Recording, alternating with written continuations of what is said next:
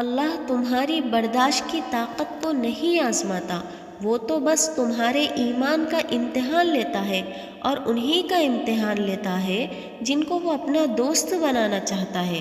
اور اللہ کو تمہاری برداشت کی حد معلوم ہے، وہ بخوبی جانتا ہے کہ اس کا بندہ کتنی آزمائشوں کو برداشت کرتا ہے، اور اللہ کبھی تمہیں اس حد سے زیادہ غم نہیں دے گا۔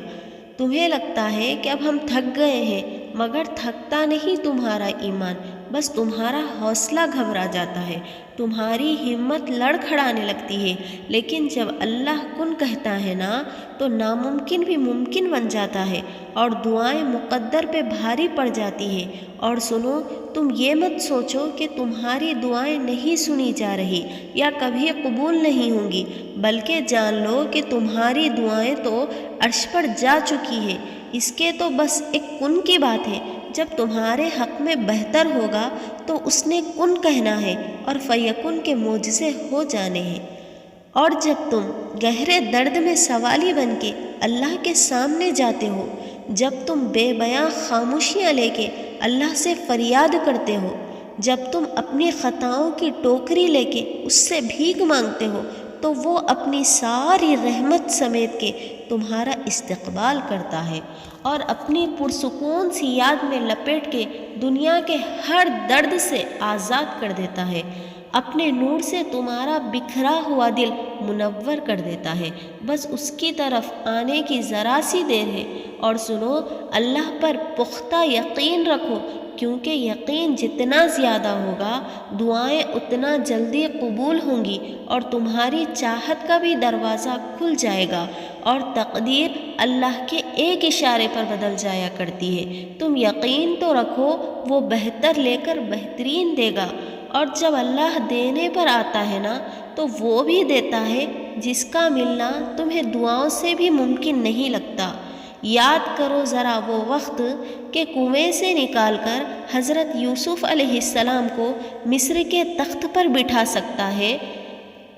بھروسہ رکھو، وہ رب تمہارے غموں کو بھی خوشیوں میں بدل سکتا ہے۔ زندگی کی تلخیوں سے ہمیں ہارنا نہیں ہے، بلکہ اللہ سے دعائیں مانگ کر زندگی کی تلخیوں کو مٹھاس میں بدلنا ہے۔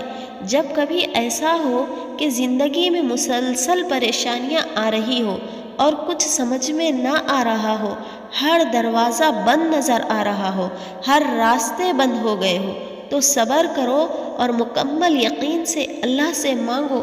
خوب گڑ گڑا کے روتے ہوئے وہ رب تمہارے آنسوؤں کو رائیگاں نہیں کرے گا، اور وہ تمہارے ہر ایک ایک آنسوؤں کا صلہ دے گا۔ اس کے خزانے میں کوئی کمی نہیں ہے، وہ اپنے بندوں کو اس کی طاقت سے زیادہ تکلیف نہیں دیتا، بس وہ تمہیں اپنے قریب کرنا چاہتا ہے، اس لیے وہ آزماتا ہے، اس لیے وہ امتحان لیتا ہے۔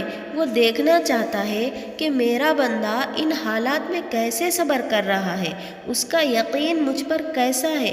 جب تم کامل یقین اللہ پر رکھو گے اور صبر کرو گے، تو وہ ان مشکلوں کو خوشیوں میں بدل دے گا، وہ تمہیں اس کا بدلہ بہتر سے بہتر دے گا۔ اور اللہ خود فرماتے ہیں کہ سب کو چھوڑ کر اندھا اعتبار کر لو مجھ پہ، یقین کرو میں وعدے کا سچا ہوں۔ ہمیں لگتا ہے کہ ان پر ہم کیسے صبر کریں؟ ہاں، صبر بہت مشکل بھی ہے، لیکن اس کا صلہ بے حد خوبصورت بھی ہے۔ ابھی نہ صحیح، مگر تمہاری دعاؤں کا جواب جب بھی آئے گا، کن سے خالی نہیں ہوگا۔ اگر تمہیں ذرا سی بھی اندازہ ہو جائے کہ اللہ تمہارے معاملات کیسے سیدھا کرتا ہے، تو یقین مانو تمہارا دل اللہ کی محبت سے بھر جائے۔ قرآن خود کہتا ہے کہ دلوں کے حال تم سے بہتر تمہارا اللہ جانتا ہے۔ بس تم صبر اور یقین کے ساتھ اللہ سے مانگو، وہ ضرور سنے گا اور عطا بھی کرے گا اور نواز بھی دے گا۔